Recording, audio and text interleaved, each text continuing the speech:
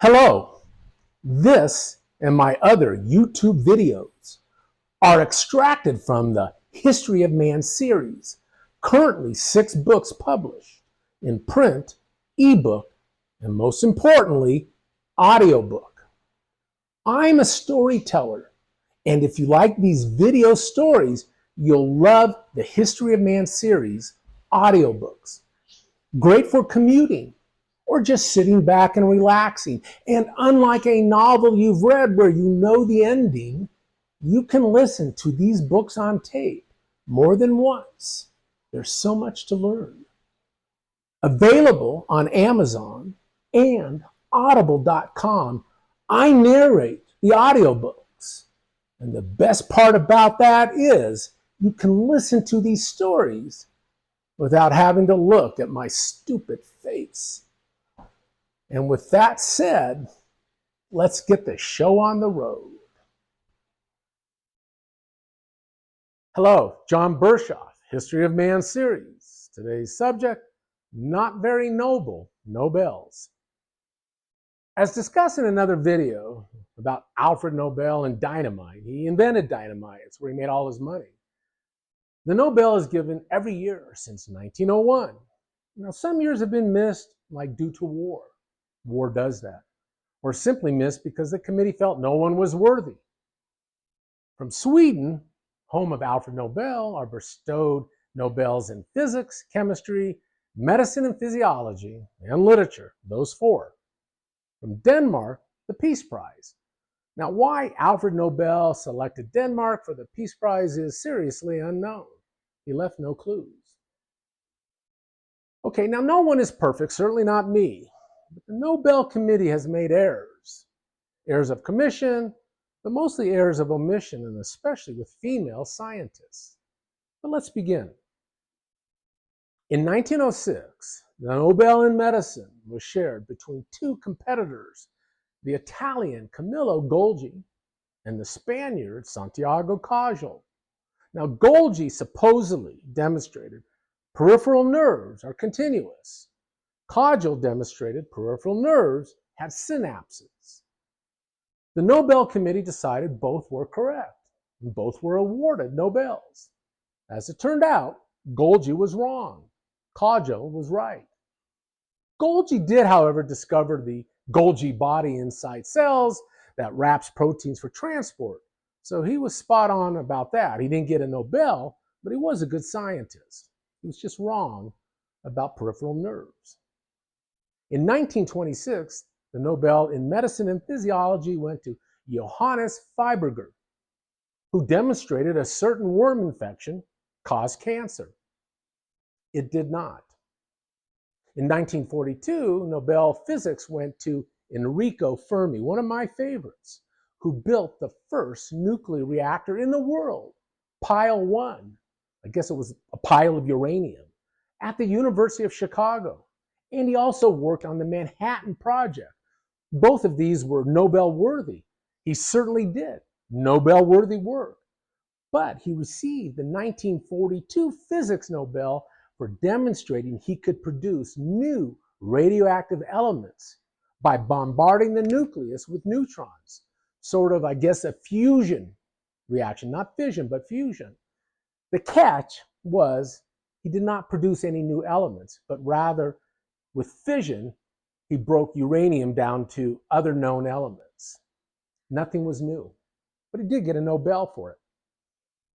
In 1921, after much of his theoretical work was done, Albert Einstein received the Nobel in physics for the photoelectric effect for formulating in a 1905 paper, that many years earlier. Now, the photoelectric effect is the basis of solar panels used today.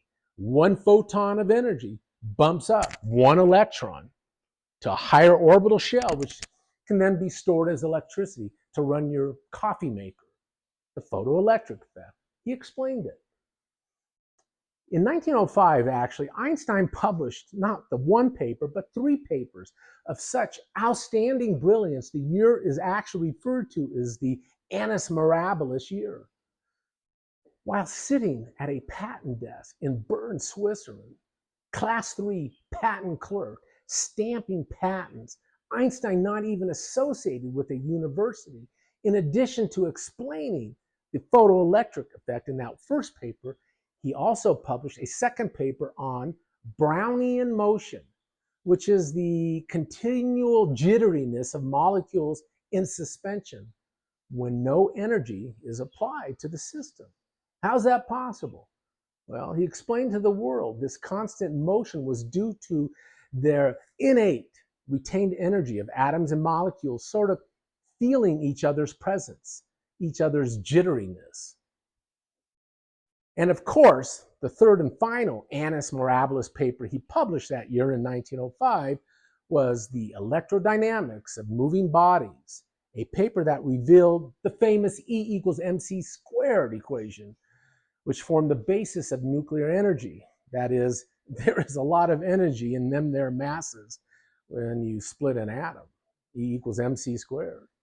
And c is the speed of light, so there's a lot of energy. He also explained that the speed of light was relative.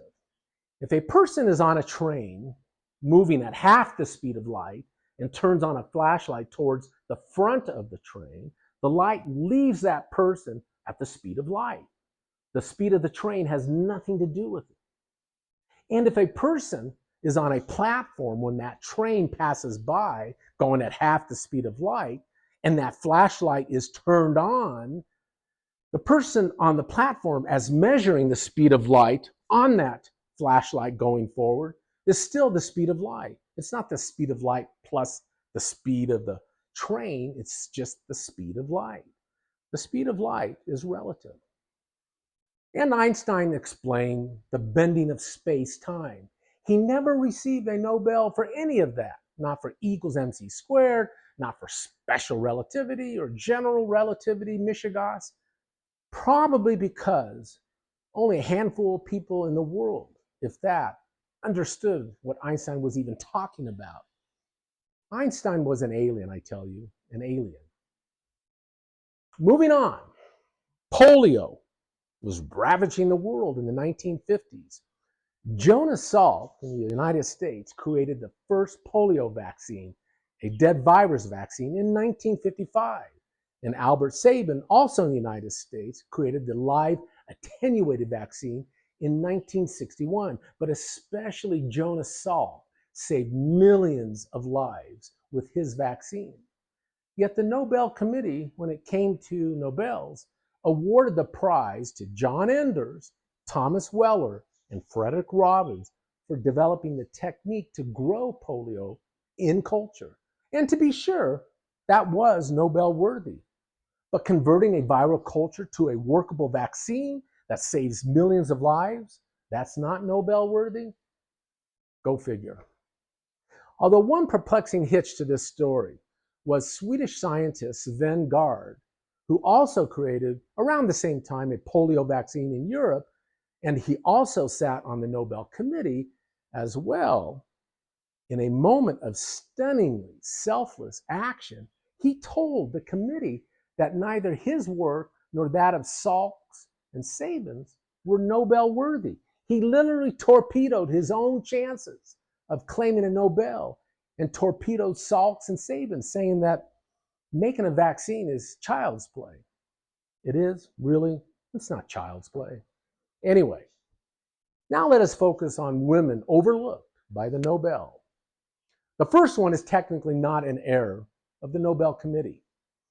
In 1962, the Nobel in Medicine and Physiology went to James Watson, Francis Crick, and Maurice Wilkins for elucidating the double helix structure of DNA, a feat made possible by Photo 51, an X-ray crystallograph of DNA taken by Rosalind Franklin in 1952 in her lab.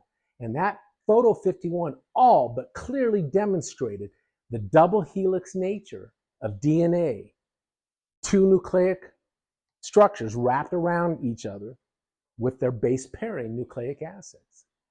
Now, without Photo 51, Watson and Crick, they were okay chemists, they weren't the best, would likely still be working to try to figure out the 3D structure.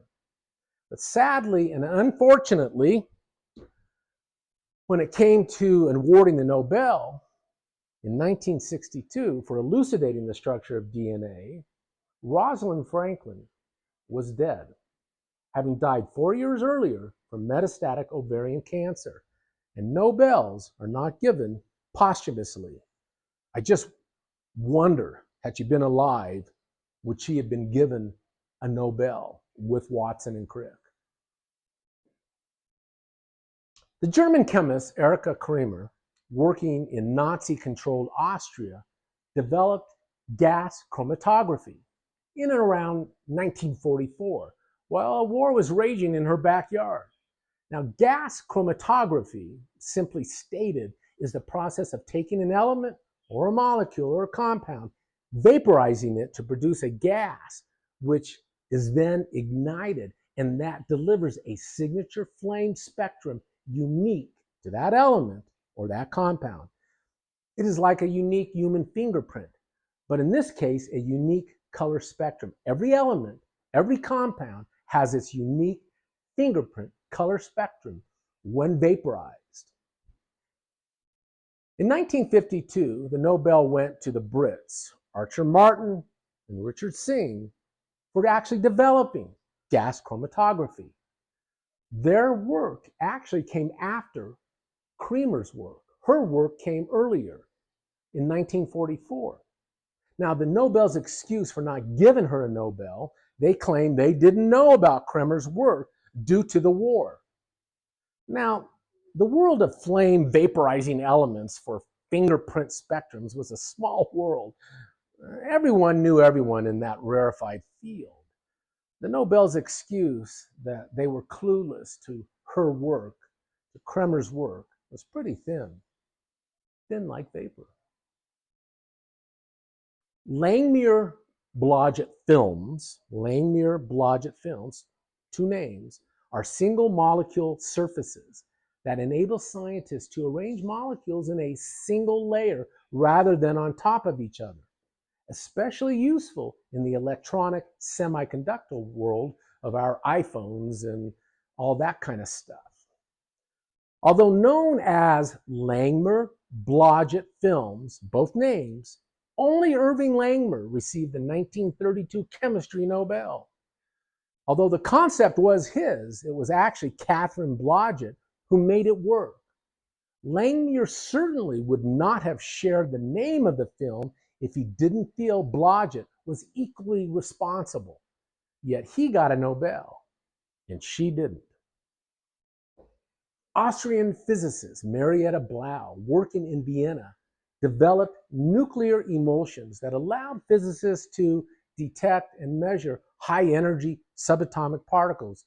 It is like a photographic paper, but only for subatomic particles. In 1947, the Brit Cecil Powell, using the Blau nuclear emulsion, that's Cecil Powell using the Blau nuclear emulsion, detected the pi meson, which is a subatomic particle made up of one quark and one antiquark, whatever that means. Powell received the 1950 Physics Nobel for his discovery of the pi meson. Blau received nothing other than maybe sympathy and a pat on the back. In the 1930s, the Germans, Lise Meitner, Otto Frisch, and Otto Hahn were beginning to investigate splitting atoms. You know, the E equals mc squared thingy. There's lots of energy in them, they're atoms. And the bullet to split the nucleus, the recently discovered neutron by the Brit James Chadwick in 1932. You see, with the rise of Nazism and the winds of war, Meitner and Frisch, both Jews, fled Germany, Meitner landing in Sweden and Frisch splashing down in Britain. By the way, the American nuclear bomb effort was named the Manhattan Project. The British effort was called Tooth's Alloy, which never succeeded, and the German attempt, dubbed the Uranium Club, fortunately never even came close to succeeding. Now, Otto Hahn, back in Germany, was bombarding some uranium with neutrons, like he and Meitner and Frisch were doing before they had to leave. And now neutrons have no charge. They have mass, but they have no charge. So they pass by electrons and they ignore protons. They're like wearing Harry Potter's cloak of invisibility. And neutrons are able to strike the nucleus and split it. Boom. But he did stuff in his experiments and he did not understand the results that he had done with his neutron bombardment of uranium. So he had to contact Meitner in Sweden. She had to explain to him that he had actually split uranium into barium, perhaps the first time it was ever demonstrated that an atom could be splitted. Clueless as to his discovery, Otto Hahn received the 1944 Physics Nobel. He didn't know what he had discovered. It had to be explained to him by Meitner. Meitner, on the other hand, did not receive a Nobel, not even sympathy. Marguerite Perret was a protege of Madame Marie Curie, with Curie having received 2 Nobels, in 1903 in physics for explaining natural radiation decay like uranium-235, and she received a second Nobel, the 1911 in chemistry Nobel for discovering 2 radioactive compounds she named radium and polonium. Radium because it radiates, and polonium after her native country of Poland. Around 1939, 5 years after Madame Curie had died from radiation-induced aplastic anemia, she was working with uranium, Marguerite Perret, working in Curie's lab, at her direction, even though she was dead, discovered one of the rarest, if not the rarest, element on Earth, which she named francium, after her beloved France. Now, francium is so rare that it is believed that at any one moment, right now, while you're listening to this, there is only 30 grams of pure francium, or 1 teaspoonful in the entire world. All the francium in the world right now can fit into this teaspoon. It was also the last naturally occurring element on Earth discovered by her. All other elements had already been discovered, and those after uranium, like neptunium or plutonium, and all the way up to organesson, are believed to be byproducts of fission reactions in reactors. They're not naturally occurring. Plutonium might be, but probably not. But nevertheless, francium, that Perret discovered, that she discovered, is the rarest and last natural element on Earth. And she got nothing, no Nobel, absolutely nothing for that discovery. Some final notes. Madame Curie received 2 Nobels in science, an honor she shares with 2 other scientists who received 2 science Nobels. John Bardeen received the 1956 Nobel along with a guy named Brattain and Shockley for the invention of the transistor, which replaced those weird electrical glass tubes that were in computers, what they were called computers, and TVs. But they made the entire world of computers and iPhones and so on possible, of microchips. And he also received the 1972 Nobel along with Cooper and Schrieffer for superconductivity, which is the concept that as you approach 0 degrees temperature, it's impossible to get there, there's no resistance to electrical currents, 0 electrical resistance at absolute 0, or as you approach it. He got a Nobel for that.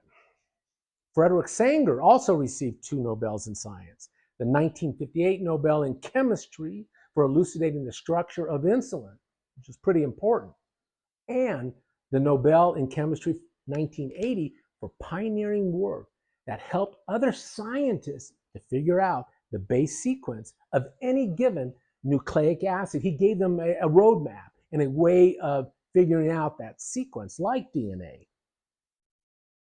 The only other person to receive 2 Nobels, besides those 3, was Linus Pauling, although one was not in science. He received the 1954 Nobel in chemistry for elucidating the nature of the chemical bond.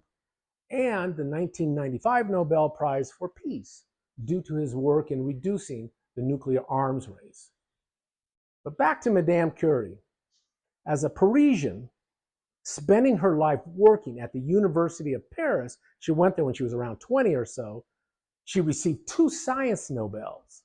And all the great work she did, she never was made a member of the prestigious French Academy of Science, an egregious error in both history and science that can only be attributed most likely to the fact that she was a woman.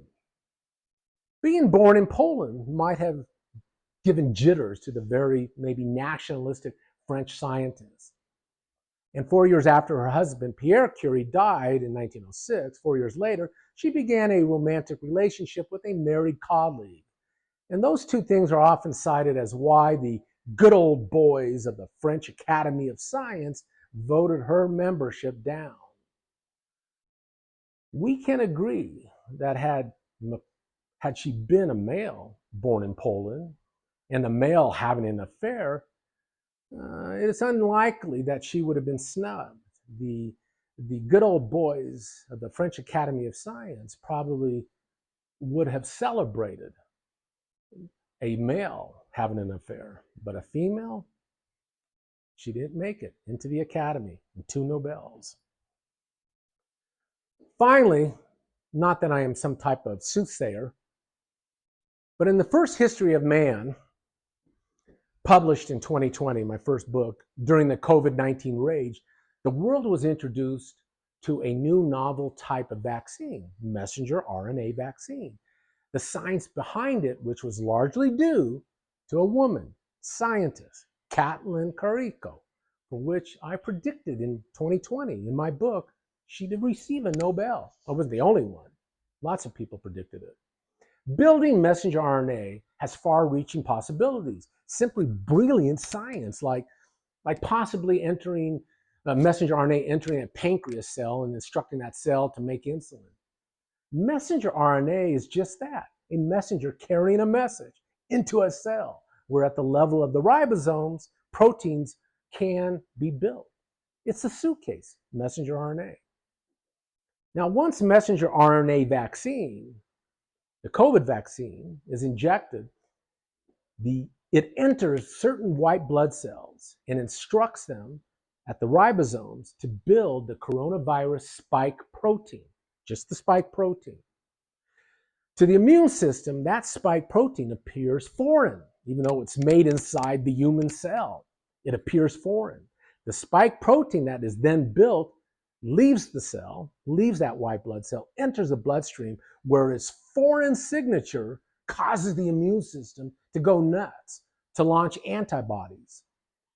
Those antibodies then lay in wait for the real coronavirus to enter the sanctity of our bodies from a cough or a sneeze or a snot-soaked elevator button. The immune system is already primed to recognize the spike on the COVID virus. Corona, by the way, stands for crown, the spikes. And the immune system is already primed to kill it, and kill it with much vengeance. This is how the immune system works. It recognizes something foreign and kills it. This either prevents the infection, the messenger RNA COVID vaccine either prevents the infection altogether because it's killed, it gets into your body, but it's killed before it can launch an infection, or it might launch a subclinical infection that you have no symptoms to, or it might launch a mild infection, but the COVID vaccine keeps it at bay. Karikó, who pioneered this science of suitcase messenger RNA, had to hurdle roadblocks hurled her way, from no funding to being ridiculed by colleagues to being fired by universities for what was then the prevailing opinion that the science of messenger RNA was a dead-end science. She persisted. The COVID vaccine saved millions of lives. And I am pleased to report that this year, 2023, the Nobel in Medicine and Physiology went to Katalin Karikó and her colleague, Drew Weissman, for precisely that, the invention of messenger RNA COVID vaccine. The History of Man series, there are 6 books out. I'm writing more. This is the first one, the first History of Man. It's a style of writing like you just witnessed called jumping off, where I have a base story, usually medicine and science, but I jump off into history, geology, astronomy, music, art, sports, and come back, and then jump off and come back. It may not be a style of writing for everybody, but most people who read it learn something with the turn of every page. I certainly did. The books are available in print, in e-Kindle, and audiobook, where I do the narrating. I hope you enjoyed this. It was kind of a long episode of History of Man series. I hope you are well, and thank you for listening.